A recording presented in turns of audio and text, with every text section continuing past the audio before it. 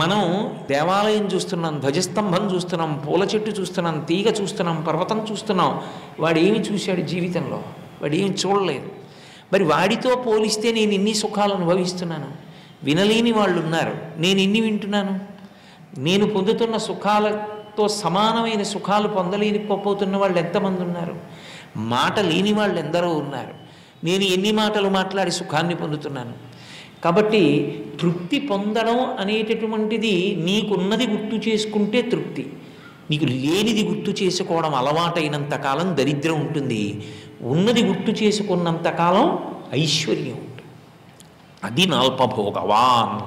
అల్పభోగము లేనివాడు అన్న మాటకు అర్థం ఏమిటంటే, ఇద్దరిని నించోపెట్టినప్పుడు ఓడు లావు, ఓడు సన్నం, ఓడు పొడుగు, ఓడు పొట్టి ఏవో ఉంటాయి.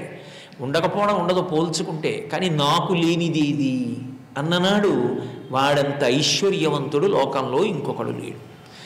కాబట్టి నాల్పభోగవాన్. అలసులు, మందబుద్ధియుతులు, అల్పతరాయువులు, ఉగ్రరోగ సంకలితులు, మందభాగ్యులు, సుకర్మములెవ్వీ చెయ్యజాలరు. ఈశ్వర ప్రోక్తమై ఇది ఇలా చెయ్యాలి అని శాస్త్రంలో చెప్పబడినవి ఏ ఉన్నాయో అదొక్కటే చెయ్యలేడు. అది చెయ్యడం సాధ్యం కాదంటుంటాడు. అంతవరకు ఎందుకు నేను ఆ మాట అంటే మీరు నొచ్చుకోకండి. బొట్టు పెట్టుకోండి అని చెప్తే బొట్టు పెట్టుకోవడం సాధ్యం ఎంతమందికి అవుతుంది? ముఖాన బొట్టు లేని వాళ్ళు ఎంతమంది ఉంటారు? ఎంతమంది సభకు వచ్చారన్న దాన్ని బట్టి సనాతన ధర్మం ఉండదు. ఎంతమంది బొట్టు పెట్టుకున్నారన్న దాన్ని బట్టి సనాతన ధర్మం ఉంటుంది. ఏదో ఒక నిప్పు కణిక తటాల్లో వచ్చి ఇక్కడ తగిలితే మచ్చపడుతుంది. బొట్టు పెట్టుకోవడం కష్టం వచ్చిందా నీకు? కాబట్టి సుకర్మములు ఇవ్వి చెయ్యజాలరు.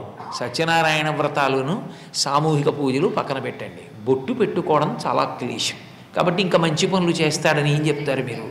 సుకర్మములు ఇవ్వి చెయ్యజాలరి కలియుగమందు మానవులు.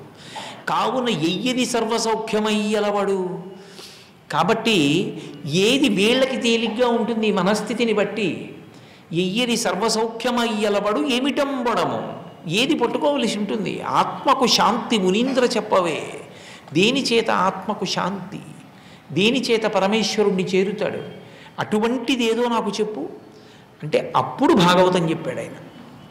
చెప్పి ఈ భాగవత కథాశ్రవణము సప్తాహంగా చెయ్యాలి, 7 రోజులుగా చెయ్యాలి అన్నారు.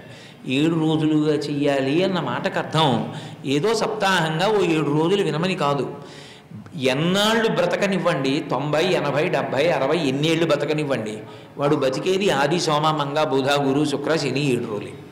అంటే ఎంతకాలం బ్రతికి ఉంటాడో అంతకాలం భాగవతం చదువుతూనే ఉండాలి, అంతకాలము భాగవతం వింటూనే ఉండాలి.